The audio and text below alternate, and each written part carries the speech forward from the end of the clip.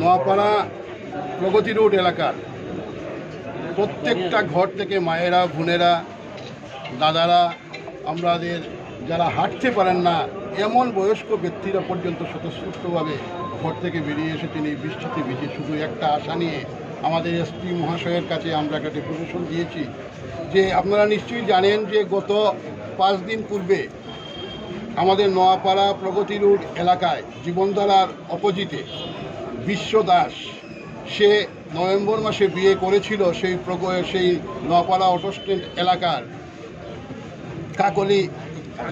কাজলি দেবরায়কে।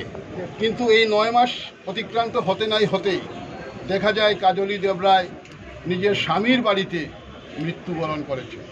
এখন সেই মৃত্যুর রহস্যটা কি? যেভাবে মৃত্যুর সমস্ত পরিস্থিতি দেখা যাচ্ছে যে এটা একটা হত্যাকাণ্ড।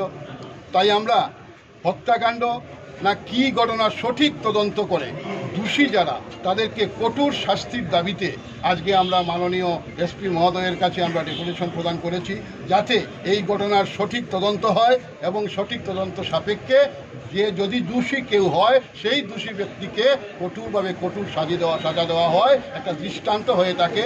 একবিংশ শতাব্দীতে দাঁড়িয়ে আমাদের মায়েরা, বোনেরা যদি এভাবে অসুরক্ষিত থাকে, যদি আমাদের ঘরের বোন, আমাদের ঘরের মেয়ে কারো ঘরে বধূ হয়ে যায়, সেই ঘরে গিয়ে লাঞ্ছনা, বঞ্চনা, অত্যাচার, এমনকি মৃত্যু পর্যন্ত বরণ করতে হয়, তাহলে এই ধরনের সমাজ কিভাবে চলবে সেটা আমরা এসপি মহোদয়ের কাছে তুলেছি এবং আরও অন্যান্য বিভিন্ন বিষয়ে আলোচনা হয়েছে। এসপি মহোদয় আমাদের আশ্বাস দিয়েছেন যে তিনি সঠিকভাবে তদন্ত করবেন।